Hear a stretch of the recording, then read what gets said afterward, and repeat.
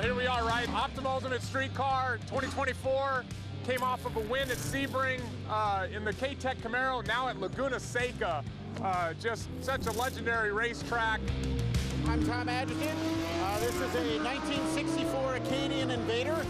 I figure all the other cars here, they're aerodynamic. They look like they're supposed to be road race cars. And I did not want something that looked like a road race car. But it's fun to try to keep up with all the really fast cars in the station wagon. So the main thing that got me into Optima was seeing street cars versus the TT cars. I've come out to Laguna Seca just because it's a track I've always wanted to come to. I'm just excited to be here.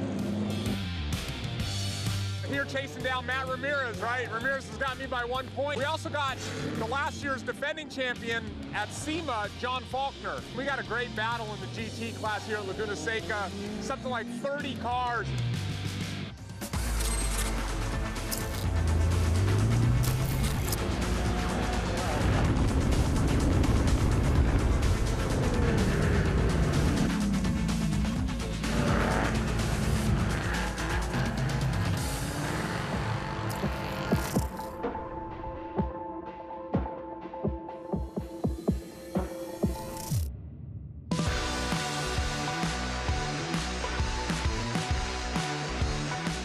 Ramirez, and I drive the 2004 SN95 Mustang in the GT class here at Optima Ultimate Street Car. Our first event of the season was at Thunder Hill. We came away with a win, and with that win, we ended up 1 point ahead in the GT class standings. So Dave Schatz is right behind us. So the beauty of design and engineering is where your car started to where it is now. Can't sleep on D&E. We're always doing something every event, and I think that's what separates us from the rest, is the fact that we're always pushing the limit, always improving every event.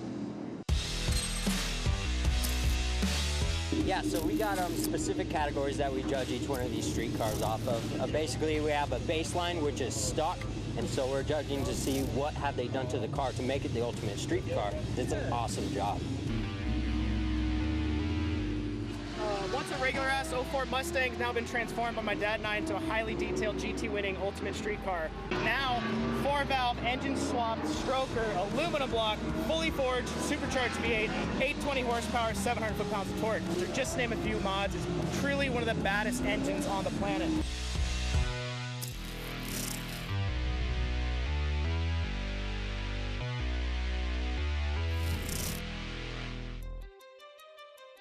But it was a great morning.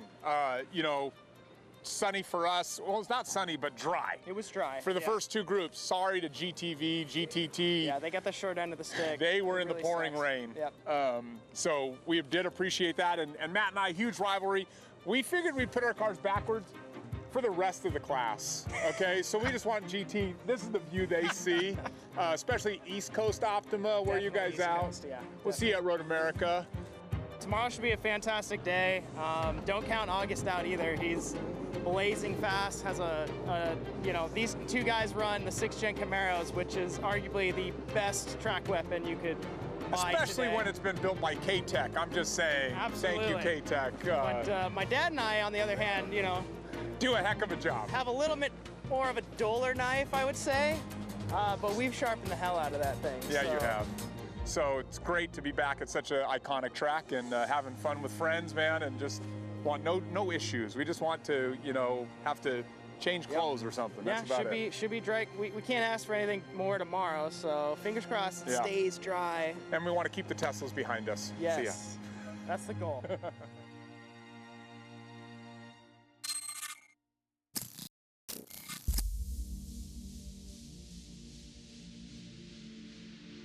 I'm Lane Farka from Ogden, Utah. This is my 2015 Porsche 911 GT3. I actually came out here with pretty low expectations again. I think autocross turned out really well for me, battling with the Teslas and the GTRs and all these awesome Camaros. I mean, these guys are, 600 to 800 horsepower, and I love watching them, and they're so fast. So, yeah, I think, with road course, autocross, and speed stop, this car can be right up there at the top, and it's proven it has been. And I think now with all the mods that I've done, it's even more dialed. It's so stiff, so I'm hoping to have a great showing on road course.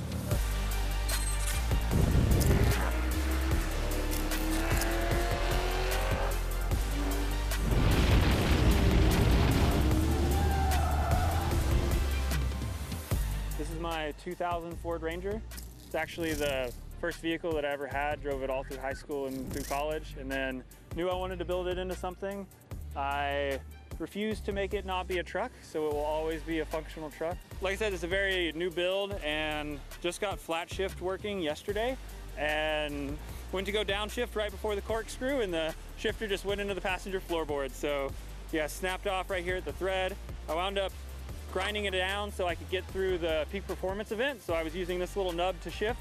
We found a fantastic solution at Home Depot. With the intention of just buying a piece of flat bar to bolt in place. But then after we picked up the flat bar, the thought crossed our mind, like, we need a good handle. So we wound up in the aisle with tools, and the next logical solution was to just get something that already has a handle on it. So we ended up just buying a hammer, lopped the head off of it, and you can see in the truck. And now the handle is now the makeshift solution.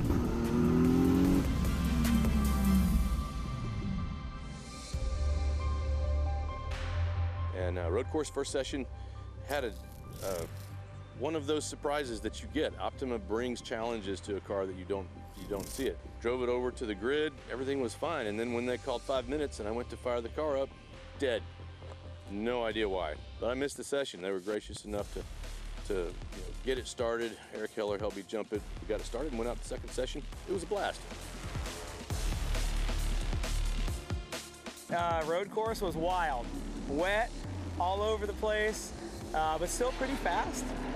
Lots of spins. It was fun watching everyone, but the car actually hooked up really good. I was shocked how fast the times were. So I've been running for Falken for a couple years now, and I'll tell you, they absolutely love the Porsche. The best thing about these tires is how they steer, the steering input. I mean, it's immediate, and there's zero understeer. I love them.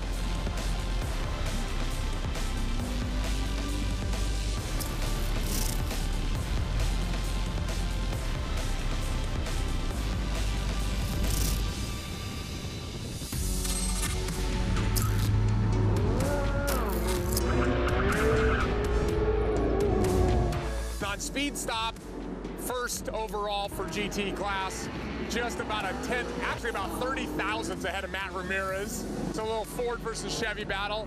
And then John Faulkner, another 50 thousandths back. So me, Ramirez, Faulkner, 1, 2, 3 on speed stop. My name is John Faulkner. This is my 2021 Camaro. Our peak performance challenge, our speed stop went great. In the morning, we kind of struggled trying to figure out what the car needed for traction levels and finding our line and braking distances. And then in the afternoon, we came out and we executed everything we need to pretty much flawlessly. The car has been lights out this afternoon at speed stop. I mean, getting it to hook, and when it hooks, it books.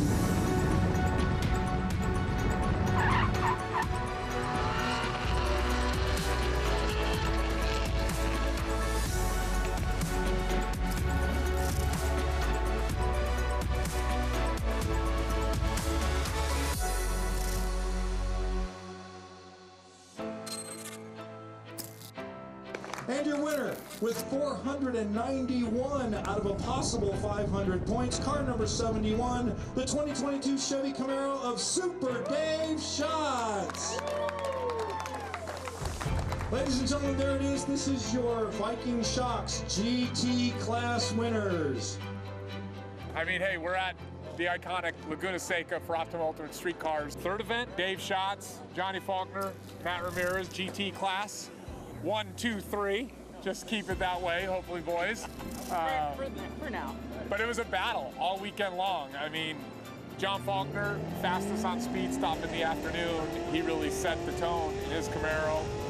Ramirez keeping us honest every lap.